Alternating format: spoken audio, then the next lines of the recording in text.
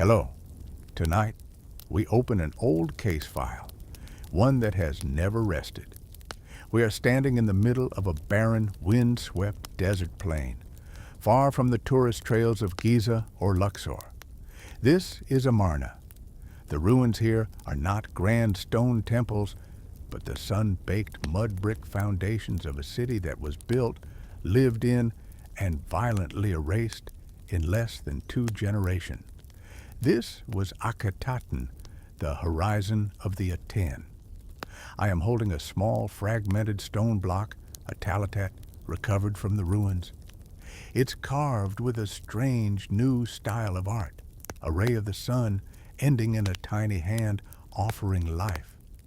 This city and this new religion was a revolution, and at its center was not just one king, but a couple. A king and queen whose images were everywhere. This case file is about her, the queen, Nefertiti. The beautiful one has come. She was arguably the most powerful woman in the world. And then, at the absolute height of her power, she vanishes from history. The records are silent. Her tomb is empty. You might not want to be here when the truth surfaces from beneath these sands. Before we continue, please like and subscribe only if you truly appreciate this style of investigative storytelling. What happened to her? Was she murdered, banished, or did she become something else entirely? Share your theories with us in the comments. Dim the lights, bring your skepticism, and let's open the file. Our file begins with one of the most radical and disruptive events in all of ancient history. It's known as the Amarna heresy. The pharaoh Amenhotep IV, from the powerful 18th dynasty, ascended the throne of Egypt. The nation was stable, wealthy, and polytheistic, with the powerful priests of the god Amun at Thebes controlling a vast fortune, rivaling the throne itself. This is the accepted historical fact. Then, around the 5th year of his reign, the pharaoh snapped. He didn't just change a few rituals. He staged a total spiritual, political, and artistic revolution. He outlawed the old gods. He ordered their temples closed, their names chiseling from monuments. He declared that there was only one true God, the Aten, the disk of the sun, the source of all life. He changed his own name from Amenhotep, Amun is satisfied, to Akhenaten, effective for the Aten. And he was not alone in this revolution. By his side, and depicted in almost every scene, was his great royal wife, Nefertiti. Together, they abandoned Thebes, the religious capital, for centuries. They moved their entire court deep into the desert to this very spot and built a new custom-made capital from scratch, Akhetaten. This city was their utopian bubble, dedicated solely to their god. Here is a strange little-known detail. The city was built with incredible speed using those talatat blocks I mentioned. These were small, standardized limestone blocks, roughly 50 by 25 centimeters, light enough for a single man to carry. It was revolutionary, allowing for rapid, almost prefabricated construction, unlike the massive blocks of Giza. It was a city built in a hurry, as if they knew their time was short. Historians still debate the motive for this heresy. Was Akhenaten a true visionary, the world's first monotheist, who had a genuine spiritual revelation? Or was this a ruthless political power grab? By eliminating the old gods, he wasn't just changing the religion, he was defunding and destroying his greatest political rival, the immensely powerful priesthood of Amun. By elevating the Aten, a god with no established priesthood, he and Nefertiti became the only high priests, the sole conduits between humanity and the divine. The revolution was total and Nefertiti was at its very epicenter. Our investigation must now focus on the queen herself. When most people think of Nefertiti, they picture one thing: the famous painted bust, discovered in 1912 in the workshop of the sculptor Thutmose here at Amarna. It is an image of serene, classical, almost otherworldly beauty. It has made her an icon. But this case file is not about her beauty, it is about her power. And the evidence for that power is far more shocking and revolutionary than a limestone sculpture. The accepted historical fact is that 18th dynasty queens were not just passive wives, they were a force. Queens like Hatshepsut had ruled as full pharaohs, and Akhenaten's own mother, Queen Tiye, was a formidable political figure who corresponded directly with foreign kings. So, Nefertiti being important was not in itself unusual. She was the great royal wife, the highest position for a woman in the kingdom. But the evidence uncovered in the ruins of Amarna shows something entirely different, something unprecedented. In traditional Egyptian art, for 3,000 years, the rules of depiction were rigid. The pharaoh was the largest figure. His wife and children were depicted as small, often clutching his legs, subservient. In Amarna, that tradition is shattered. In tomb reliefs and on boundary stelae, the stone markers that define the city limits, Nefertiti is shown at the exact same scale as her husband, Akhenaten. She stands beside him, not behind him. This is just the beginning. The most compelling evidence comes from the actions she is depicted performing. These are actions reserved by sacred tradition only for the pharaoh. We have stelae where Nefertiti is shown driving her own war chariot in a victory procession. We have reliefs from temples where she is shown alone, making offerings directly to the Aten. Most shocking of all is a famous relief, now in the Museum of Fine Arts, Boston. It shows Nefertiti in the classic pharaonic pose, grabbing a female enemy by the hair, her arm raised high, about to smite them with a mace. This was the ultimate symbol of the king as the defeater of chaos and the protector of Ma'at. A queen had never been shown doing this. Here's a stranger, often overlooked detail. Look at her head. In many of these reliefs, she is not wearing the traditional vulture headdress of a queen. She wears the capreche, the blue crown, or war crown, a helmet-like crown exclusively associated with the ruling pharaoh. Historians are still in fierce debate over what this means. Was this all just religious symbolism for the new cult? Was the Aten a dual-gendered god? And were Akhenaten and Nefertiti meant to be the male and female principles of this new creation, a divine couple ruling as one? Or was this a literal political reality? The evidence strongly suggests the latter. She was not just a queen, she was a co-regent. She wielded tangible pharaonic power. Her full name, Nefertiti, even contains a cartouche, a royal name ring within a cartouche. She was a ruler in her own right. This is the central mystery of the file.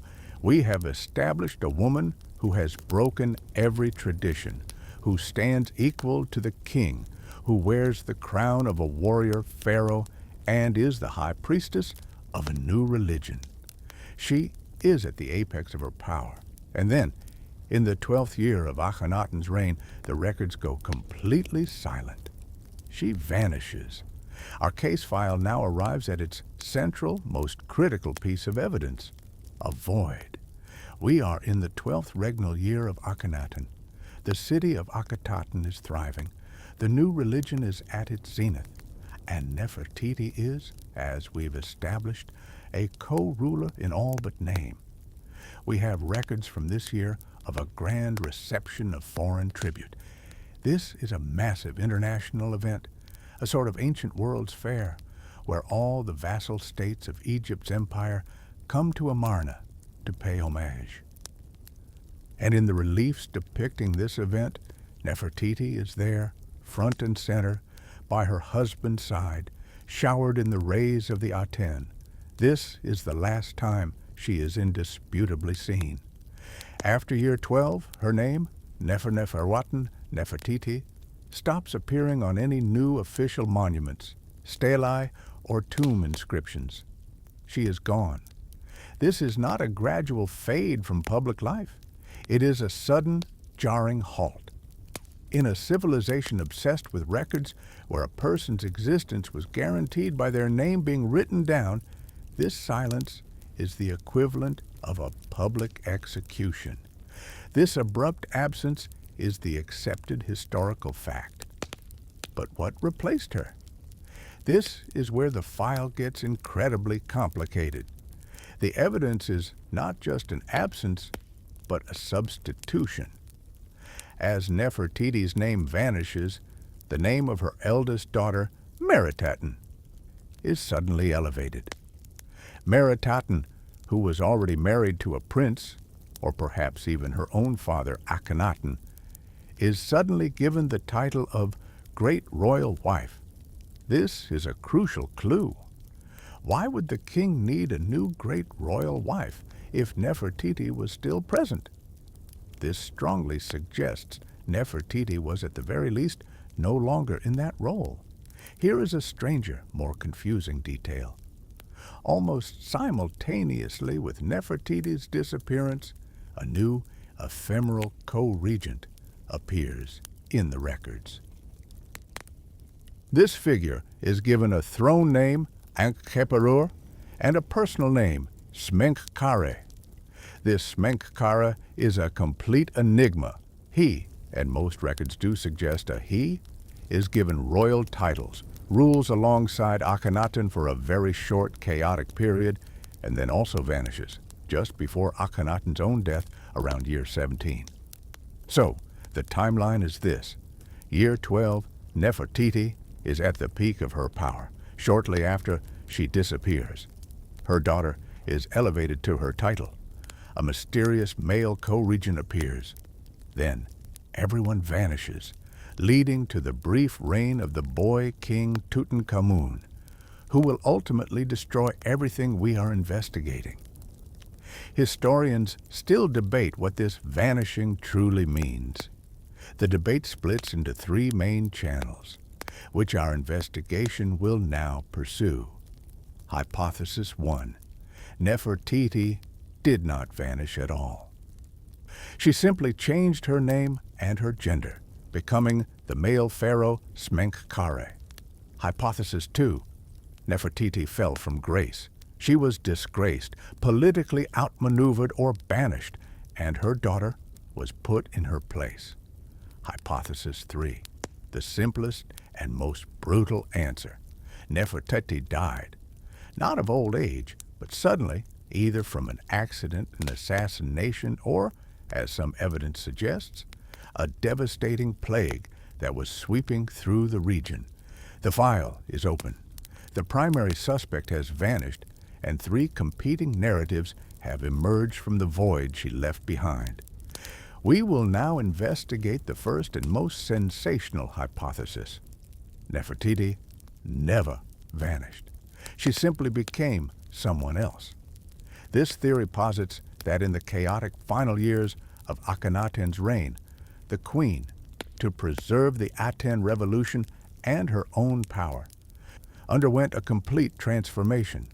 She shed her identity as great royal wife and adopted the titles, the regalia, and even the gender of a male pharaoh. This theory claims Nefertiti is the enigmatic co-regent, Smenkhkare. At first, this sounds like fantasy, but the evidence is compelling, and it begins with the name.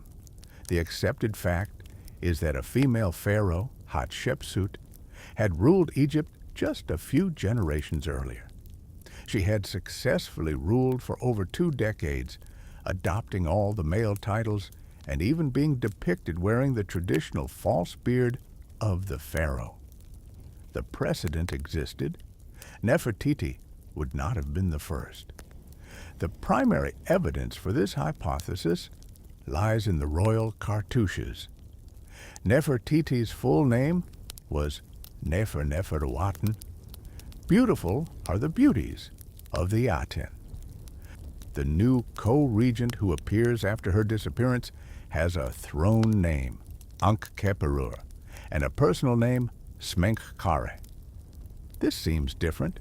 However, our investigation uncovers a crucial detail.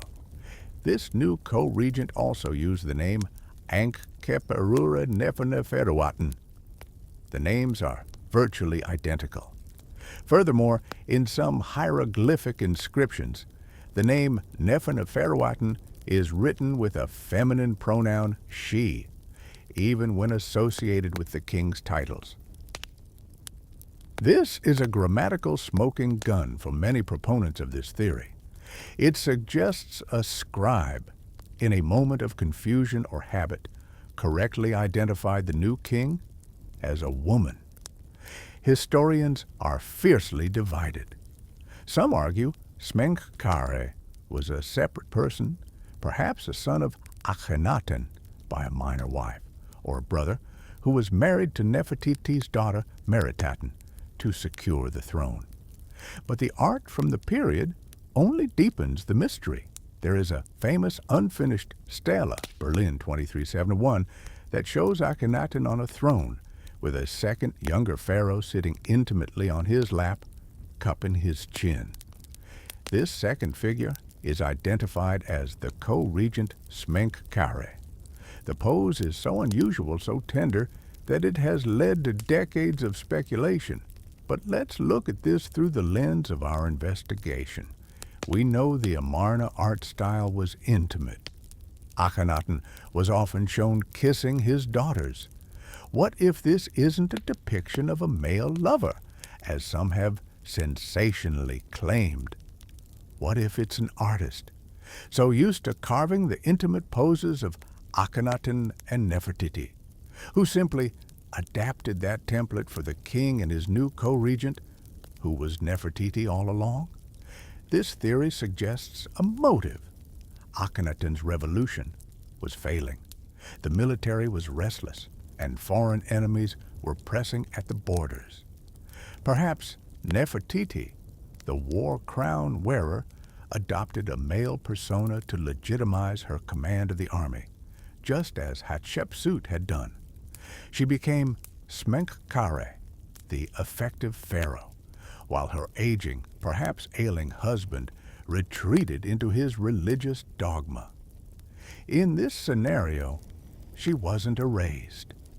She was promoted, hiding in plain sight, the most powerful woman in the world disguised as a man.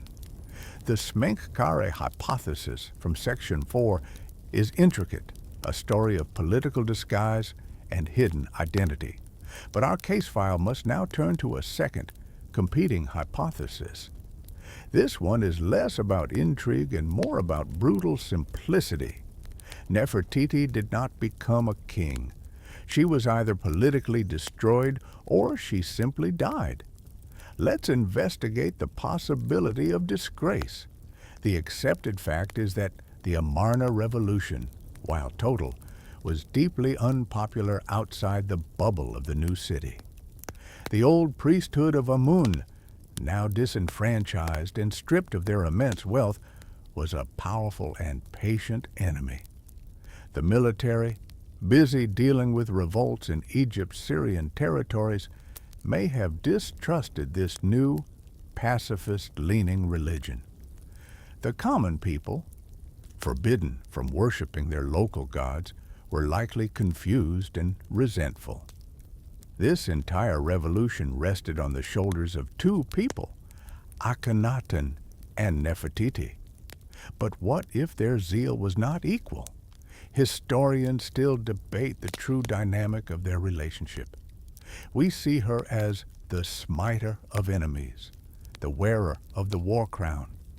What if she was the true fundamentalist, the driving force behind the Aten cult, while her husband was the more contemplative, perhaps weaker, visionary? If the revolution began to fail, if the plague we will discuss hit, if the army lost territory, if the economy faltered, Akhenaten may have been forced to look for a scapegoat.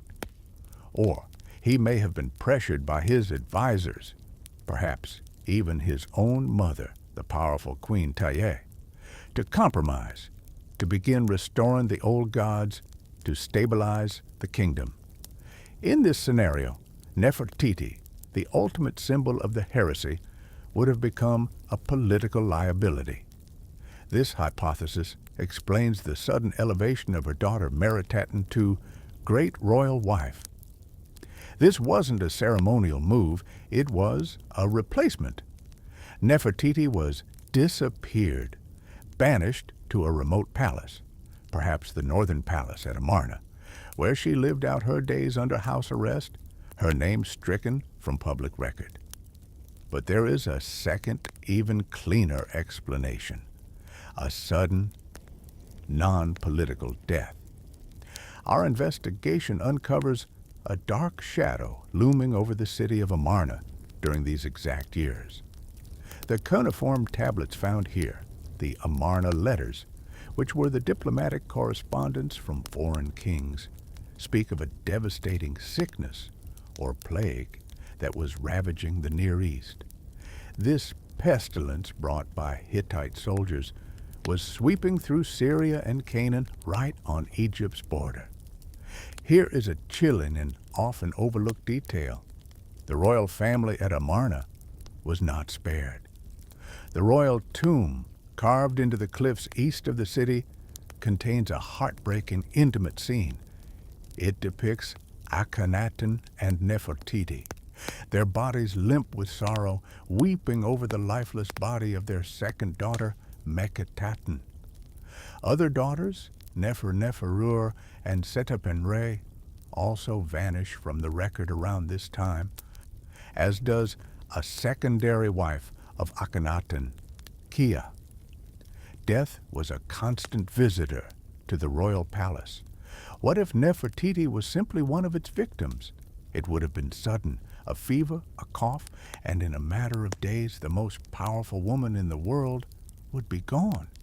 This would explain everything.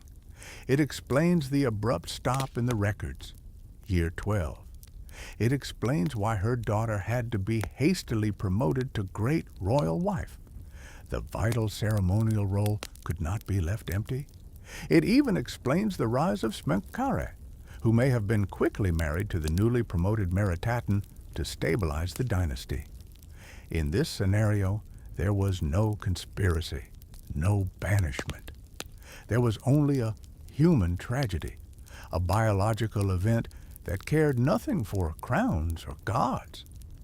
The hypotheses in our file have so far relied on interpreting silent monuments, vanishing names, and political motives.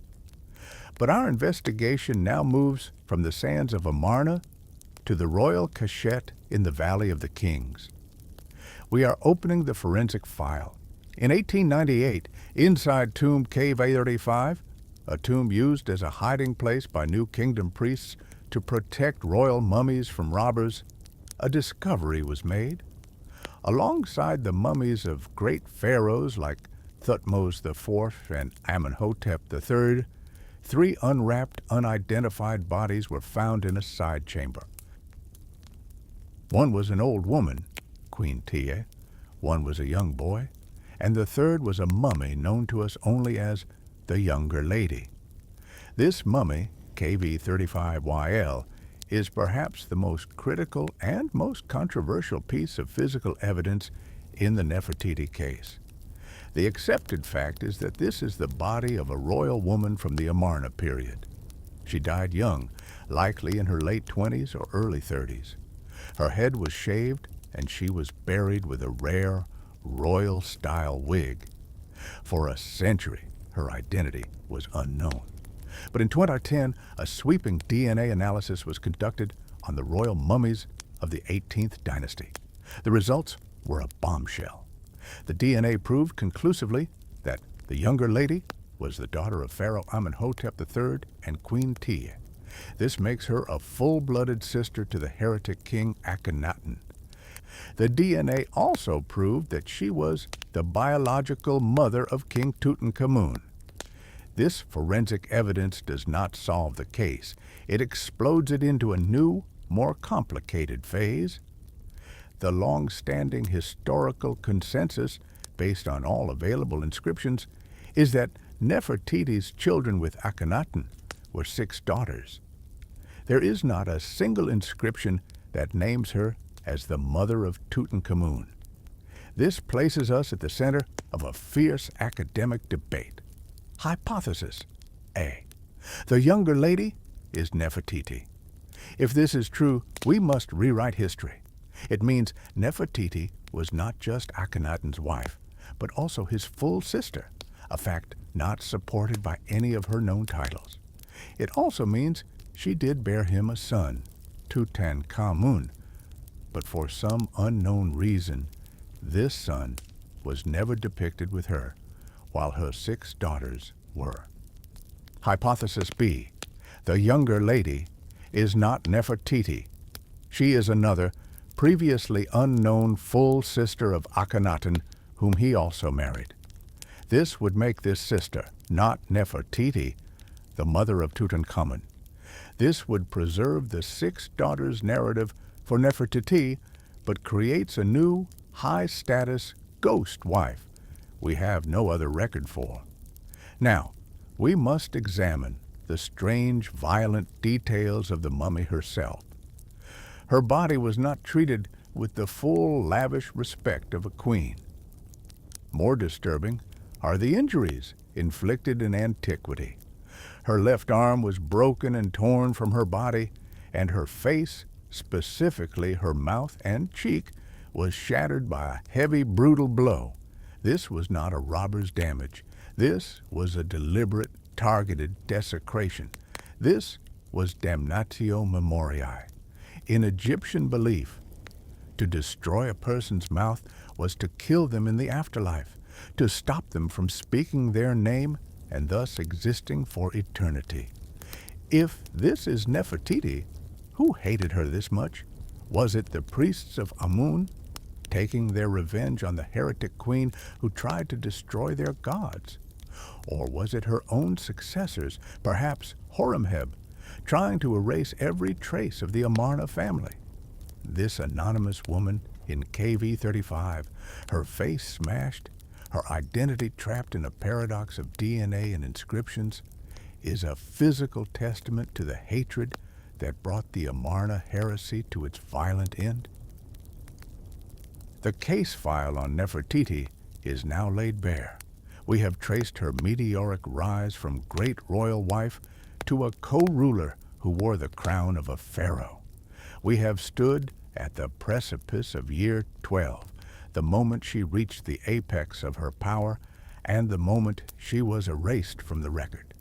Our investigation has sifted through the conflicting evidence, leaving us with not one clear answer, but 3 competing, irreconcilable narratives. First, the hypothesis of political transformation, that Nefertiti did not fall, but ascended, disguising herself as the male pharaoh Smenkhkare. A scenario supported by the strange, feminine grammar in kingly inscriptions and the near-identical royal names.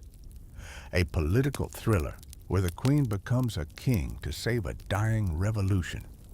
Second, the hypothesis of a brutal fall, either at the hands of her enemies or her husband, a political disgrace that saw her banished to the shadows, replaced by her own daughter. Or, perhaps simpler, a biological tragedy, a victim of the same plague that claimed her children, her death hastily covered up to maintain state stability.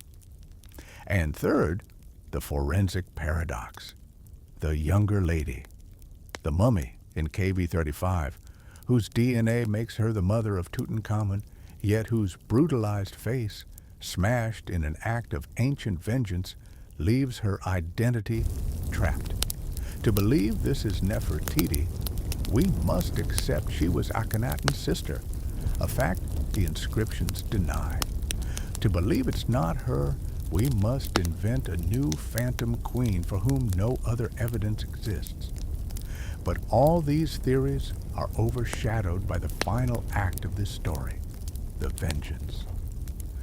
The Amarna heresy did not survive its founders. Upon the death of Akhenaten and the brief, shadowy reigns of Smenkhkare and Tutankhamun, the old guard returned. The priests of Amun, their power restored, enacted one of the most thorough campaigns of destruction in history. The new capital at Amarna was torn down, its Talatat blocks, like this one, ripped from the walls and used as rubble fill for new temples to the old gods. The names of Akhenaten, Nefertiti, and even Tutankhamun were hacked out of monuments, their statues smashed, their memory officially erased from the king lists. This is why the file is so cold. The evidence was systematically murdered, and it leaves us with the final gaping void, her tomb. A magnificent tomb was prepared for her in the royal wadi at Amarna. It has been found. It is empty. Her body was never interred there. Where did she go? Was she buried in Thebes after the heresy failed? If she is the younger lady, she was found in a cache of other mummies, not her own tomb. If she became Smenkhkare, her final resting place is also a mystery. We are back on the wind-swept plain of Amarna. The city is gone. The revolution is dust. Nefertiti, the beautiful one, the smiter of enemies, the co-regent of the Aten, was so thoroughly erased by her successors that she became a ghost.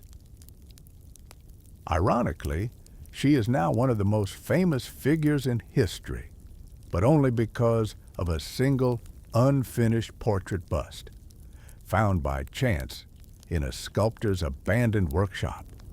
Her face is iconic, but her fate remains one of history's most perfectly executed vanishing acts.